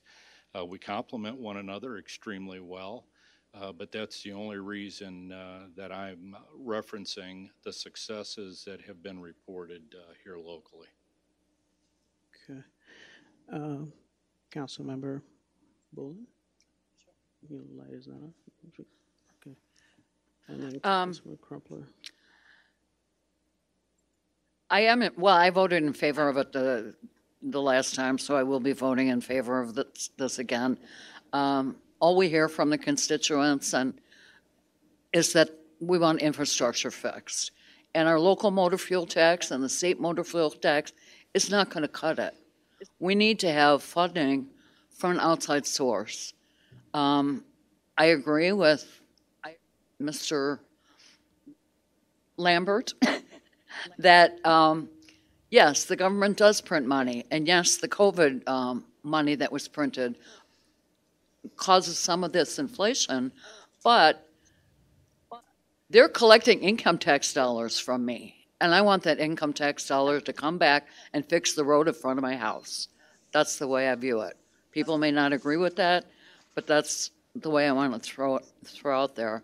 And there were also some questions about how did we get to this motion to reconsider?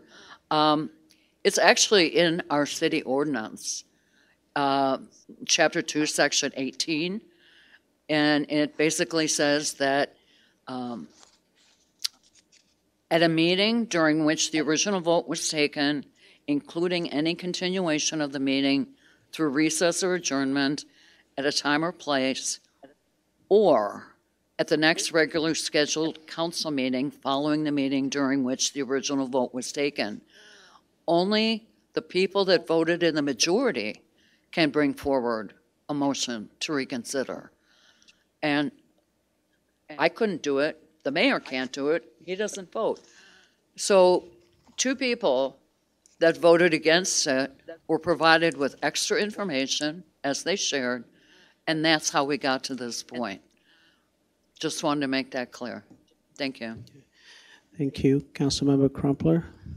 Yes. Last week, Councilmember Walsh made the point that we ought to be able to rely on our senators and our representatives to advocate for us and to be able to, to go after the kind of grant dollars that would support the projects that this community desires to complete. And I absolutely agree with that. However, it was in an editorial in the Panagraph, I think it was last Sunday. That's just not the reality anymore. And if we want to compete, in this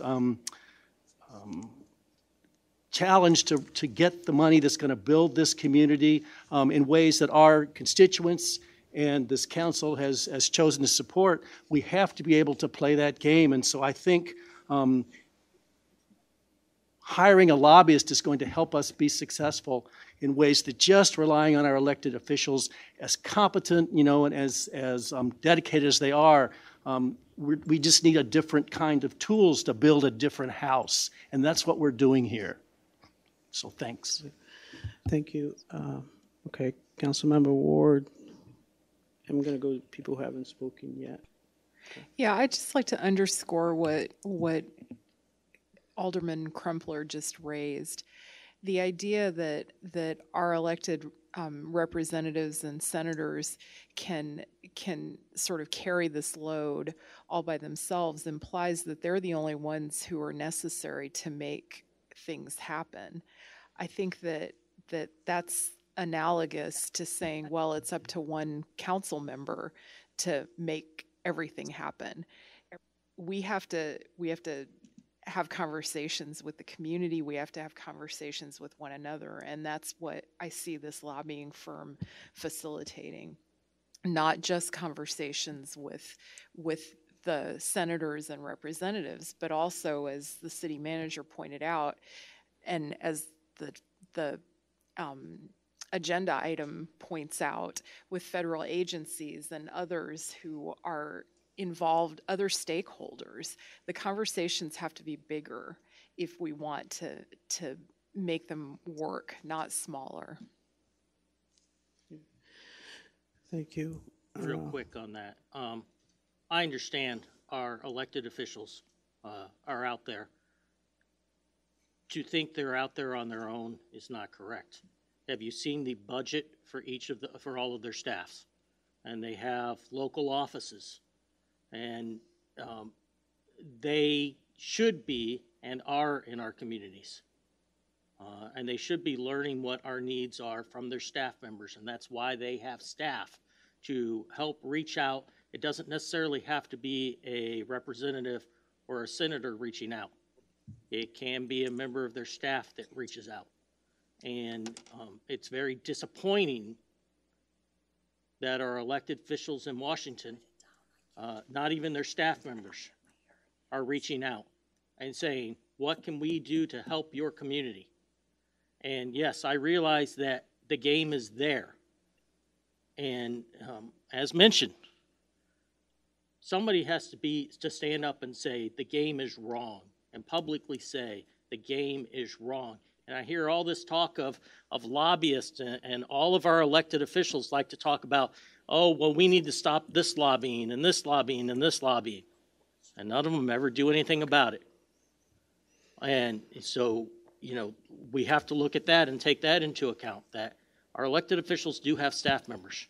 They aren't out there by themselves. And so keep that in mind, please.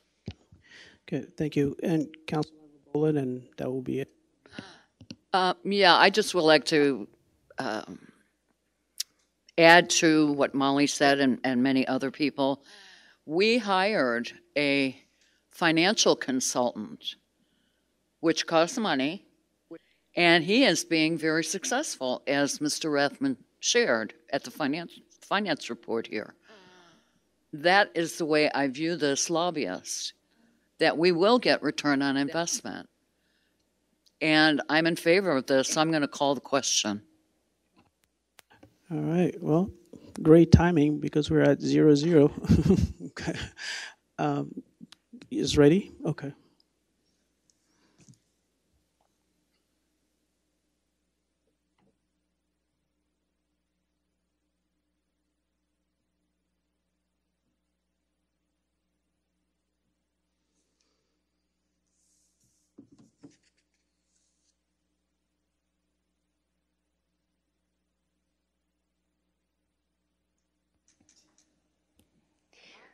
So we can just take yours over. Oh, there it came through. Okay. All right. There are 7 yeses and 2 nays, Madam Clerk. Councilmember Walsh and Councilmember Montney. Okay. So we are going to. Oh, sorry. Sorry. I must be looking at the time here, getting ready to get out. Sorry. So that was the motion to reconsider. So now we're going to vote on the item, the agreement as amended. Okay. Is there a motion? I'll move. Okay. Moved by Councilmember Ward. I'll second. Okay. Second by Councilmember Urban. I don't think there's a need for more discussion. So if we could just go ahead and vote the link.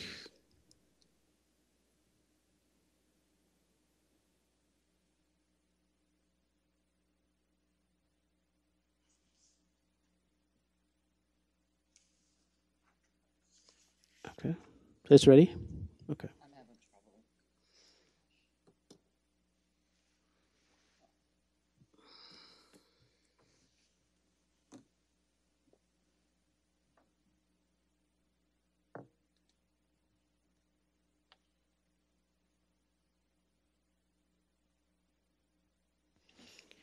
Okay. So the item passes. And 6 yeses and 3 nays, Madam Clerk. Councilmember Walsh, Councilmember Becker, Councilmember Montney. Okay, thank you. Next item on the agenda is City Manager's discussion. Thank you, Mayor and Council. Just a couple of comments. I know it's been a longer night. I think I have 2 slides. We have our first Friday for March is Shamrock and Roll. That's March 3rd, downtown, 5 to 8. Hopefully, we have some of the similar weather that we've been experiencing the last couple of days. Next slide, please. February Indoor Farmers Market is February 18th, this coming Saturday, and that's 9 a.m. to noon. Those have been very successful up to this point. They're just growing in popularity. It's something that's going very well for the community, and I know that Director Hahn and her team get recognized for their efforts, so I appreciate that. I think that's it. Is that correct, Catherine? And then just a couple of extra comments. I know it's been a little bit longer night, but I just want to pause real quick and thank staff for some of the items that came across the finish line tonight that council approved. We've got Scott Rathbun as the finance director. I realize nothing was voted on tonight, but just truly his preparation, the work that he does, has been presenting the monthly finance director's report. Does an excellent job, Scott. So thank you very much. Melissa, you and Jeff working on the commercial vacancy ordinance, a lot of work. And truly, when I say this goes back to a fall 2018 conversation where this really started, several people came out and said, this has to be addressed. This is a culmination of those efforts, and definitely appreciate the collaboration that we've had. And then the deputy city manager, all the work on the lobbyist ordinance, appreciate your efforts for that as well. And then I want to share for the community is we had audio problems with our live stream. So it showed up on YouTube, the video portion, but there was no audio. So we pulled the video. We are going to overlay the audio so that that can be heard at a later date. So it was a technical glitch, but it's something that I wanted to communicate the why, but then also the corrective action. Thank you. Okay. Thank you. And under Mayor's comments, last Saturday, I attended the Chamber of Commerce gala with a number of council members, which was a very good event. And at that event, the workforce marketing campaign from the EDC was unveiled, Life Multiplied. So I think that's going to be for Bloomington Times Normal, and I think it's going to be a very successful campaign. And be on the lookout for EDC staff members to reach out and find ways to include as many people as possible within the community, and to share what is so great about living in Bloomington Normal. The other thing that we had last week, I believe it was last Wednesday, Deputy City Manager Gleason and myself and IT Director Craig Macbeth went out to the Rivian plant and had a chance to visit on the inside. It is a fantastic facility, and they're doing a lot of great things, and I'm really looking forward to continued success for them. And in fact, we just had some preliminary conversations about ways that we can work together. In the past, we've provided support in terms of advocacy for some of the things, the legislation that they were concerned about. So we're going to continue to do that work, and hopefully it's going to bear fruit. But I'm really excited about the partnership, and that meeting included also the town of Normal. So I'm really very happy with the way things are coming together. We did have an opportunity to test one of the vehicles, went 0 to 60 in about 2 seconds. My heart kind of jumped out. As a matter of fact, it's still beating fast at this particular moment, but it was incredible. It's an incredible vehicle. If you ever have a chance, I encourage you to try it out. It's just like being in how an airplane, when you're, starting to take off, that's what it feels like. It was incredible. Never been through it. And I guess tomorrow is Valentine's Day. Councilmember Boland, just her outfit reminded me. So just want to wish a happy Valentine's Day to everyone. So, and council members, I don't know if you have anything.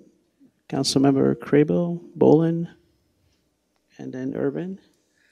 I just also wanted to thank staff as well. I sent a number of questions to Tim this morning. He's like, that's a lot of questions. We'll see what we can do. But all the questions were answered very thoroughly, very quickly. And I assume other council members asked questions, so you guys are responding to a lot, and it's very much appreciated.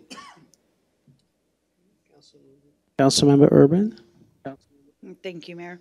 I was made aware at some point that as alderman and a council person that we are to have a meeting for your constituents every quarter, I believe, is what I was told. But in fact, every Saturday evening at 5:30, I have what is called Open Tabletop at Parkview Wynn. Anybody from Ward 6 or anyone in the city is welcome to come into Parkview and sit at the community table. You do have to pay for your own food and drink. I'm not paying for you. They do not pay me enough as a council person to pay for your dinner. I'm sorry. But it is open tabletop. All topics are welcome. There are friendly people. They sit at the table. Most of the time they yell at me about roads and sewers and water bills. And yeah, that happens a lot. But it's okay because I have thick skin and it's a lot of fun to sit at the table. And everyone, of course, in the city is welcome to sit at the table and yell at whatever council members happen to show up and sit down. And I will be there continuously through the remainder of my term. So I just wanted to make sure everyone knew about that, and I encourage other council people to create events for your constituents to be able to reach out to you. Thank you. Thank you. Councilmember Boland. Yeah, I would like to add on to the mayor's comment about the EDC logo that was first shared at the gala. The mayor will probably remember several years ago it was brought up that maybe the city of Bloomington and town of Normal should have regular joint meetings. And the date was suggested the 5th Monday of the month, which there's only 2 per year. I'm not in favor of having extra meetings. However, it probably would be of great value for both the town and the city to get together and talk about, we do have common goals, but how do we get to those goals? And share, and yes, multiply the life. Bloomington times Normal is life multiplied. So there needs to be collaboration, there needs to be conversation, and I would like to see that. Please don't string me up. Wow, that 5th Monday is precious. You know that. No, it's fine. It's fine. No, wonderful. Anybody else? Okay, looks like everybody's ready to go. Is there a motion to adjourn? I'll make the motion. Okay, second? Okay, all those in favor signify by saying aye. Aye. Okay, we are adjourned. See you next Monday.